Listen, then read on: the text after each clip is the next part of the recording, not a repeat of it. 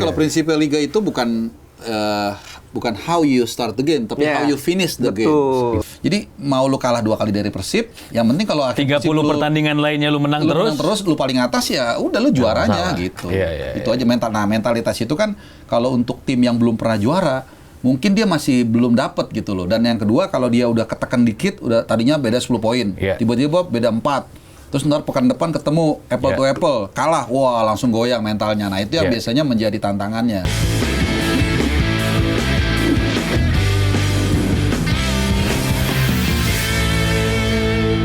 Di mana ada satu penantang Persib yang punya misi hat-trick, tapi sekarang kita lihat bagaimana Borneo FC begitu dominan dengan rekor 100% kemenangan. Win streak-nya luar biasa. 10 match ya. 10 kemenangan.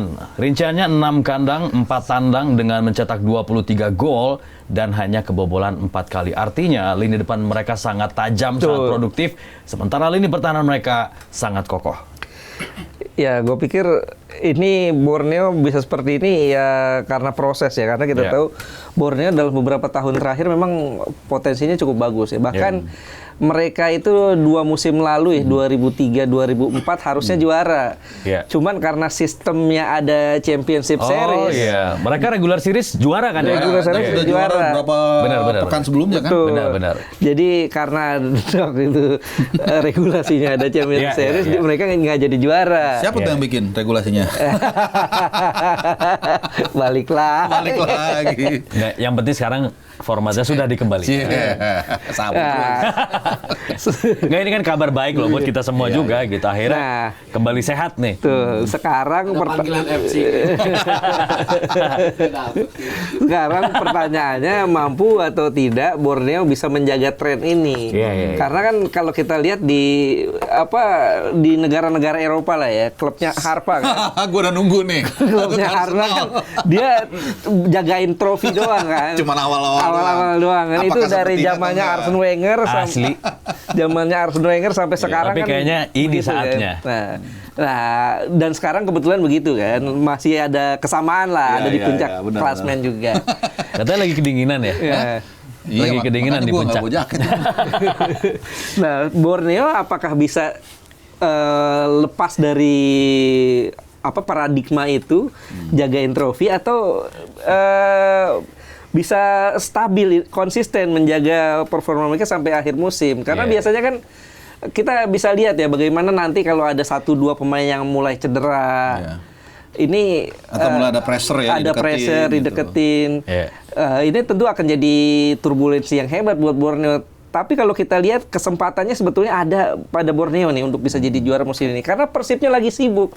Lagi sibuk di Asia. Tapi kan Persib walaupun sibuk skuadnya dua-dua. Betul, kedalaman skuad itu bagus. Skuadnya dalam tetap yang namanya konsentrasi terpecah kan tidak mudah gitu. Artinya kalau seandainya Borneo mau juara ya jaga konsistensi itu. Kalau nanti ada yang cedera, apakah rotasi yang dilakukan pelatih mereka Fabio Lefundes bisa stabil atau enggak ya. Inilah ujiannya. Gitu. Terus kan tantangannya bukan cuma Persija, Malut, yang lain-lain gimana? Kan sama juga mereka juga baru punya 10 pertandingan lah, artinya nggak bisa juga kita bilang Borneo udah juara di musim ini. Dulu kalau nggak salah beberapa musim lalu Chelsea tuh 6 pertandingan selalu menang tuh. Tapi akhirnya bahkan ada anekdot bahwa gaya main di era Carlo Ancelotti saat itu bagaikan di PlayStation gitu. Iya, gaya mainnya kayak di PlayStation, enak mengalir. Tapi setelah itu pertandingan ke-7 ke-8 mereka anjlok, akhirnya nggak juara. Jadi kalau prinsipnya Liga itu bukan how you start the game, tapi how you finish the game.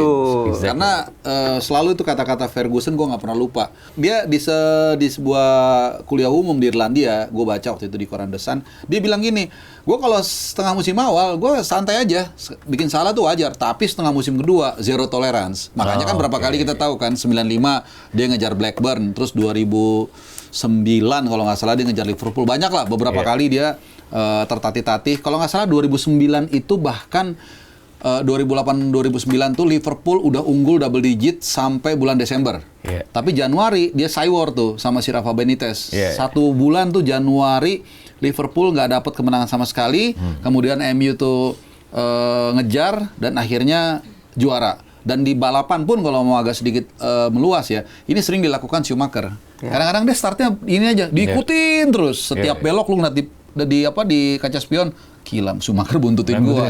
Begitu sekali lu lengah di balap selesai. Nah, prinsip Borneo itu juga ya kalau kita bicara Borneo, jangan seperti itu. Dulu di depan terus, atau Arsenal juga sama kan, di depan terus. Tapi begitu lu kena pressure dikit, ya biasanya sama City juga lagi bangkit kan. Kemudian dihajar. Nah, Borneo kita nggak tahu.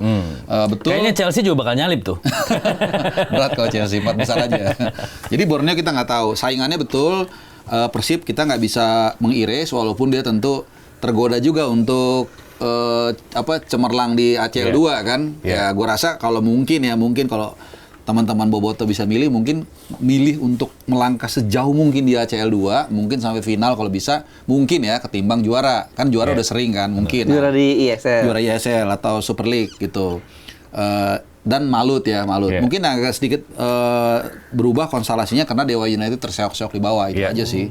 Dan Malut ini lumayan bisa mengganggu juga sama karena mereka fokus kan sama Persija ya. Persija udah mulai bangkit lagi. Jadi seru sih bener yang tadi Ais bilang.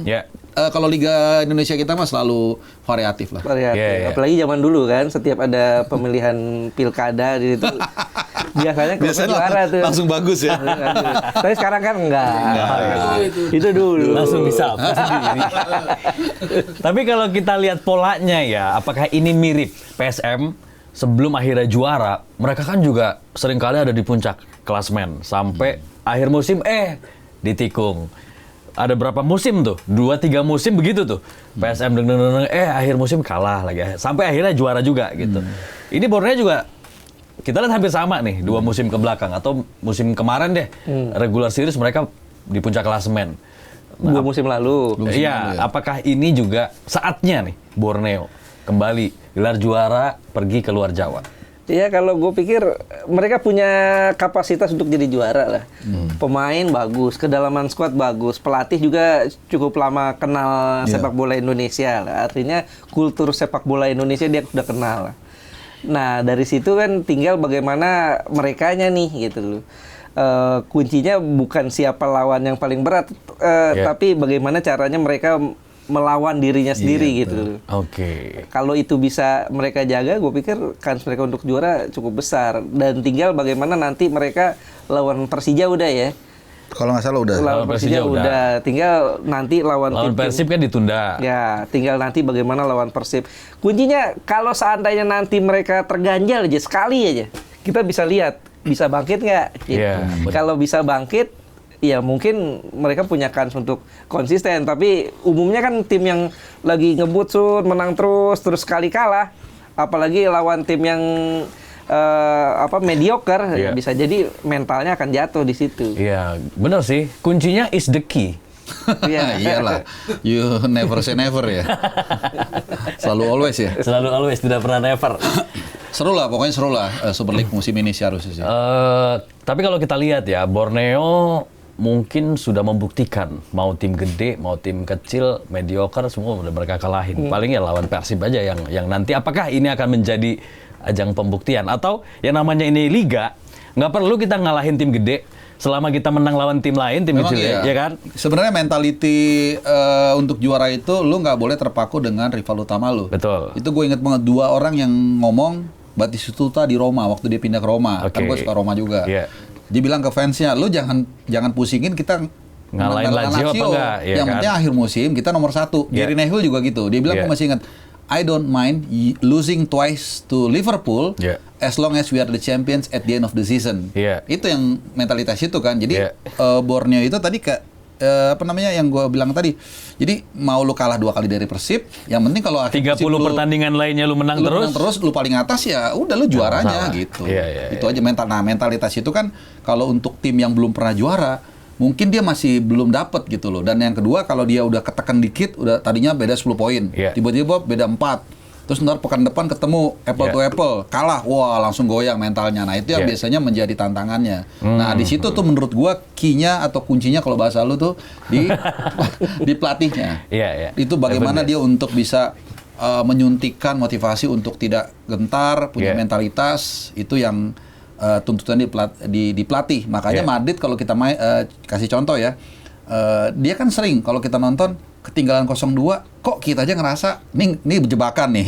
Ini jebakannya habis itu ntar 3-2. Ya, karena mentalitas. Karena mereka udah punya sejarah panjang. Nah, Borneo belum punya sejarah panjang itu. Cuman bisa aja ini akan menjadi sejarah pertama kali mereka akhirnya bisa juara Liga Indonesia. Iya, betul. Karena belakangan ini lagi banyak nih sejarah atau rekor terpecahkan. Pertama kali City jadi juara Liga Champion, PSG juara Liga Champion pertama kali. Ya bukan tidak mungkin ya, Borneo juga akan mematahkan catatan tersebut.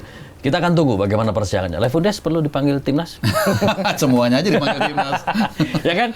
Begitu kandidatnya udah ada kan tinggal proposalnya gitu kan. Apa namanya? Program-programnya gitu tinggal dipilih. Oke.